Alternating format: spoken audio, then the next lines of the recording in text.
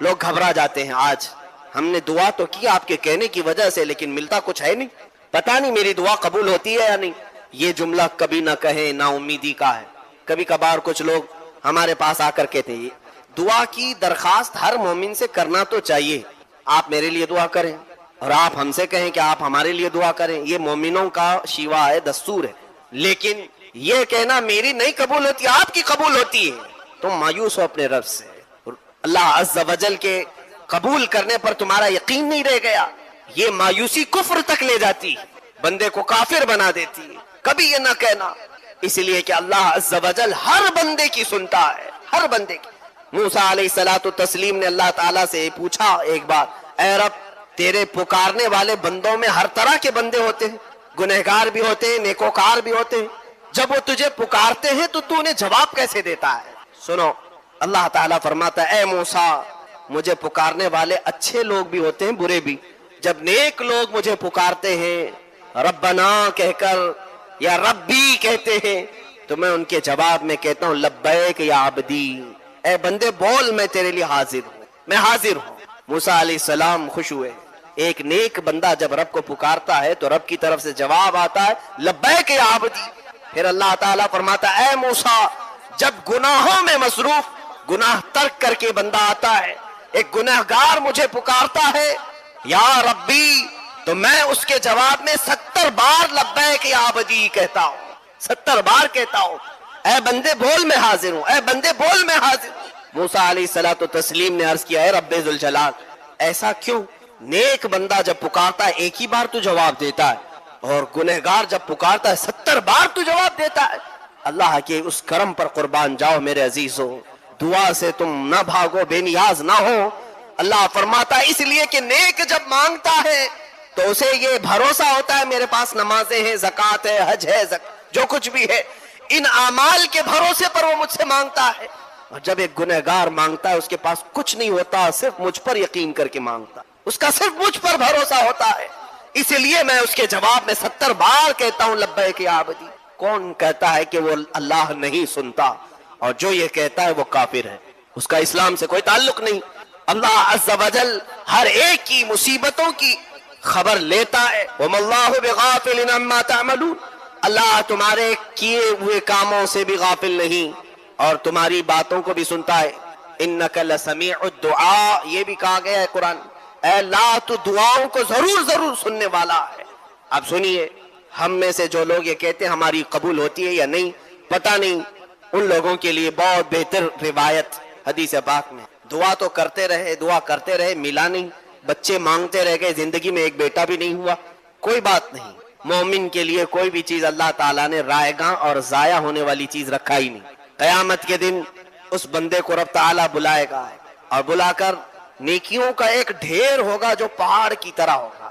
اللہ تعالیٰ فرمائے گا آج تجھے نیکیوں کی ضرورت ہے؟ کہا ہاں مولا, چند نیکیاں بھی ملے تو میری بخشش ہو جائے.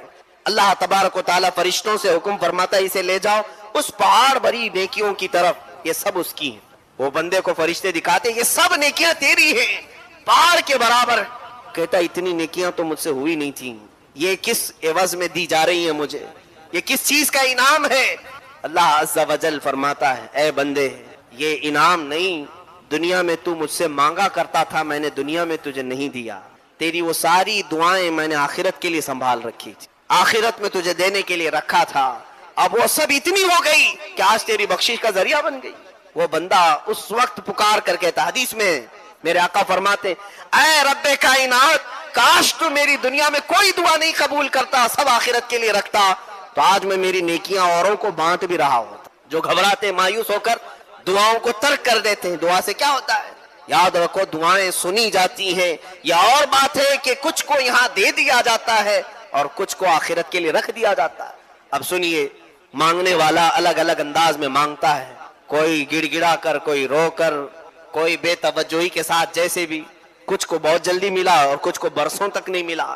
فرشتے کچھ لوگوں کے مانگنے پر اللہ کی بارگاہ میں سفارش کرتے ہیں. ہم جب دعا کرتے ہیں یہ مت سمجھنا کہ ہماری دعاؤں کی قبولیت کے لیے کوئی اور وسیلہ ملتا ہے کہ نہیں ملتا, بلکہ وہ ملائکہ جو ہماری دعاؤں کو اللہ تک پہنچاتے ہیں وہ سفارش کرتے ہیں اے رب وہ بندہ کب سے رو رہا ہے, کب سے تجھ سے مانگ رہا ہے، اسے تو عطا کر دے۔ فرشتے سفارش کرتے ہیں حدیث پاک میں، تب جانتے ہو اللہ تعالیٰ کیا جواب دیتا ہے؟ ارشاد فرماتا ہے اے فرشتوں، میں بہت اچھی طرح سے دیکھ رہا ہوں، بہت دنوں سے وہ روتا ہے اور مانگتا ہے۔ اے ملائکہ، میں اس کو اس لیے نہیں دیتا کہ اس کا مانگنا مجھے بہت اچھا لگتا ہے، میں اسے ابھی دے دوں تو وہ مانگنا بند کر دے، وہ جب تک مانگتا رہے مجھے اچھا لگتا ہے، اس کا مانگنا مجھے پسند ہے۔ بندوں کے مانگنے کو بھی اللہ پسند کرتا ہے، دعائیں بھی رب تعالیٰ کو پسند ہوتی۔ مانگنے سے اس طرح سے بے نیازی نہ دکھاؤ کہ ہمارے پاس وقت ہی نہیں رہ گیا۔ یہ تعلق باللہ سب سے زیادہ دعا سے حاصل ہوتا ہے۔ اللہ سے جو سب سے بڑا گہرا تعلق قائم کرتے ہیں وہ دعاؤں سے حاصل کرتے ہیں۔ کیا آپ نے تاریخ میں وہ ساری چیزیں نہیں سنی؟ بڑے بڑے گنہگار رہے موسیٰ علیہ السلام کے زمانے میں بھی۔ اللہ تعالیٰ حکم فرمایا تھا کہ اے موسیٰ، اگر یہ بندہ تمہارے مجمع میں رہے گا تو عذاب آ جائے گا۔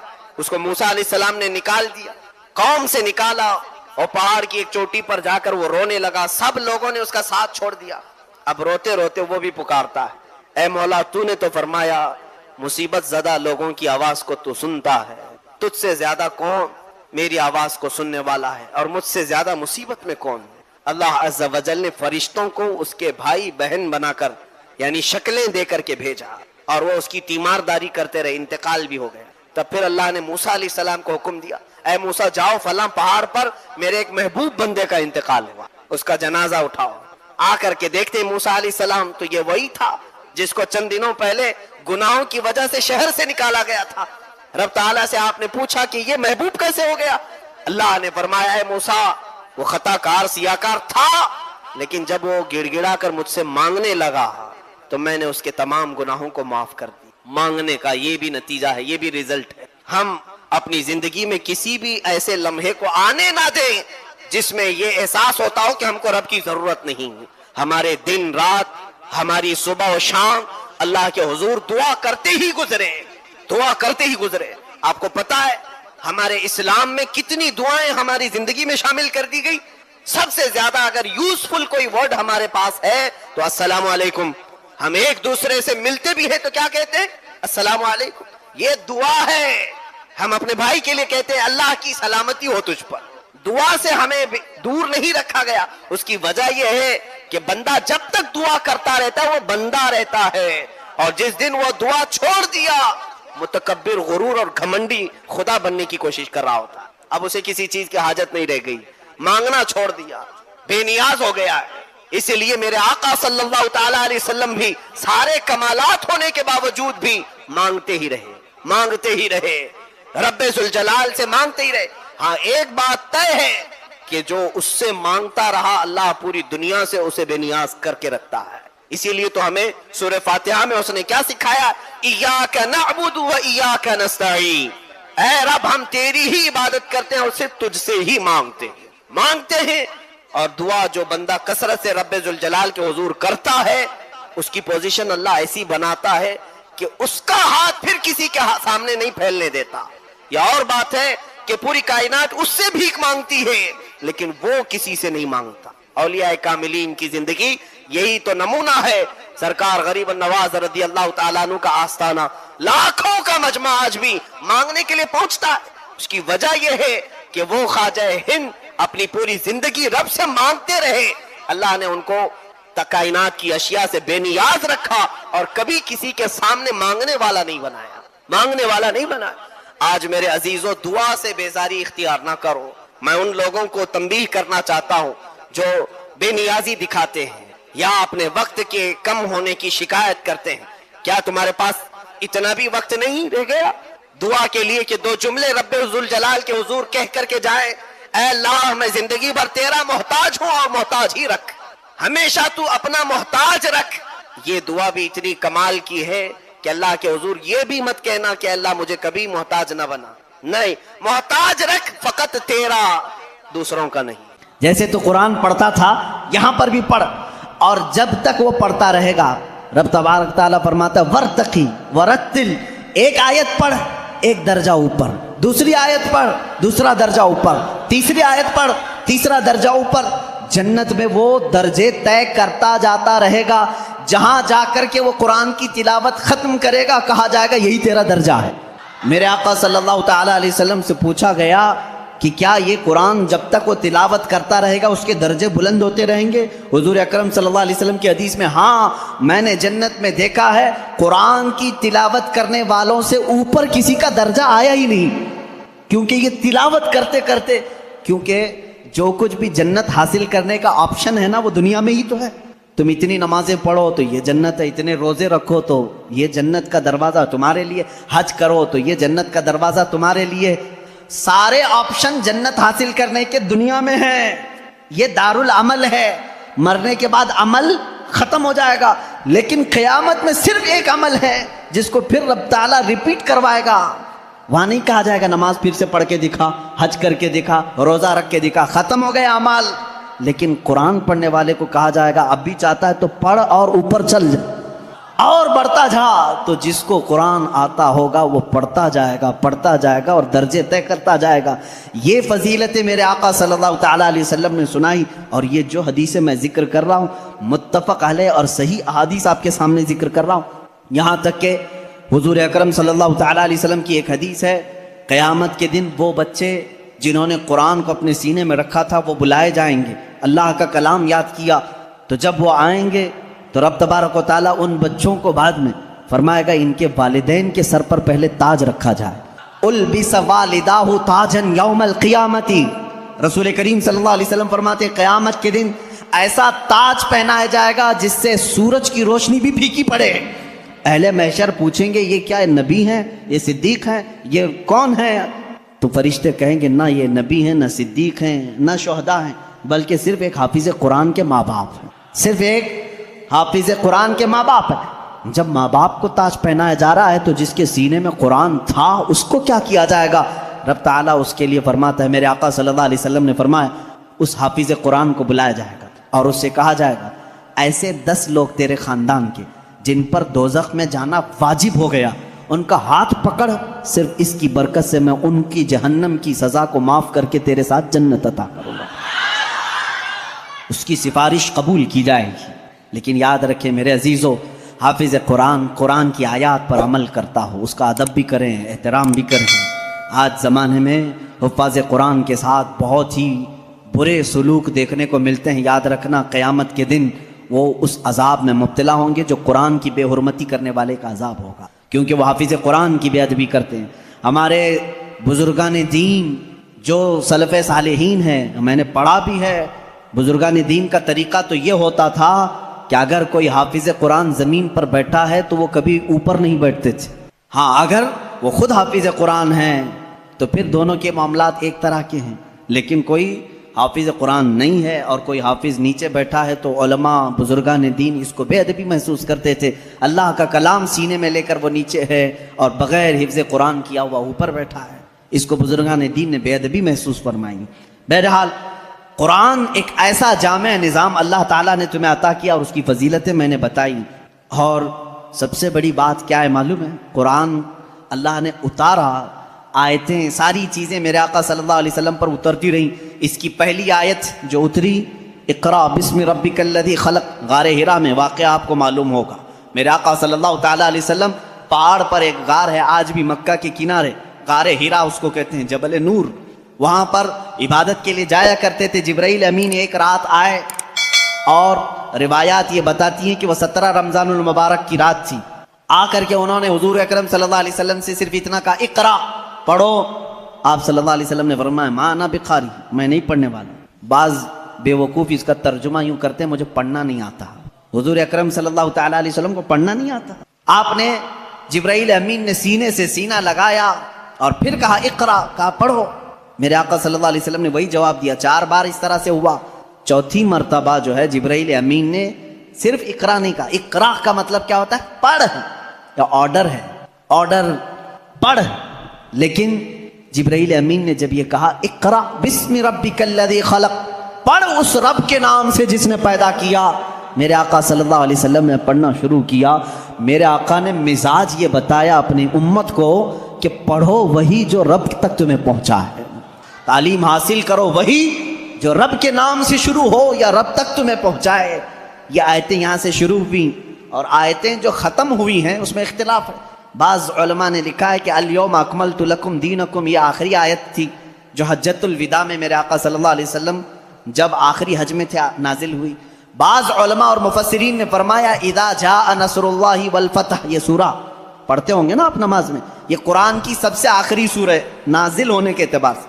ایک بات ذہن میں رکھ لیں، نازل ہونے کی ترتیب الگ ہے اور پڑھنے کی آج ترتیب الگ ہے. قرآن آج جو پڑھا جاتا ہے اس کی ترتیب کیسے ہے؟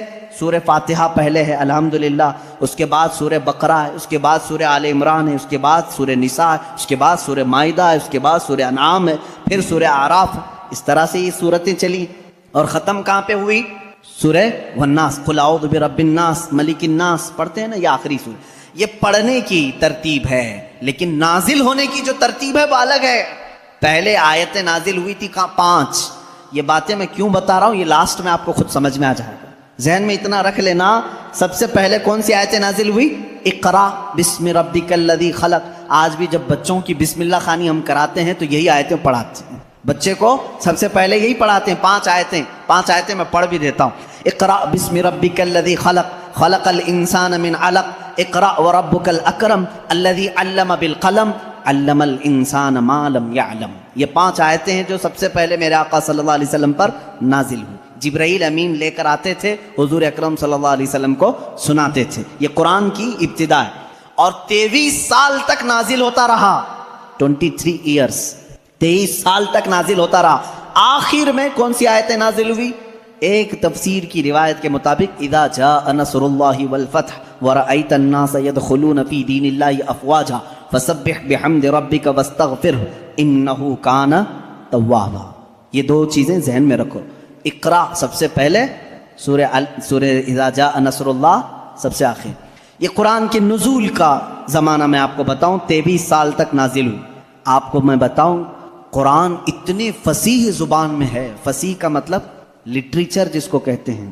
جیسے ایک اردو ہے جو ہم اور آپ یہاں ہبلی کی زبان ہوتی ہے، اس کو فصیح اردو نہیں کہتے، لکھنؤ والے فصیح اردو بولتے ہیں. آپ کیسے؟ اب ہم ظاہر سی بات ہے میں تقریر جو کر رہا ہوں ہو سکتا ہے یہ اردو الگ ہے، ہبلی والی اردو الگ ہے. اردو اگر میں وہ بولوں تو پھر یہاں بھونڈا لگے گا. آبے جابے توبے یہ اگر جو عام طور پر استعمال کرتے ہیں یہ بھونڈا لگتا ہے، کیونکہ فصیح زبان میں جب کوئی بیان کرے تو وہ دل میں اترتی بھی ہے. زبان کی مٹھاس اس کی فصاحت میں ہے. تو عربی زبان میں جو سب سے زیادہ فصیح جملے تھے وہ قرآن میں آئے.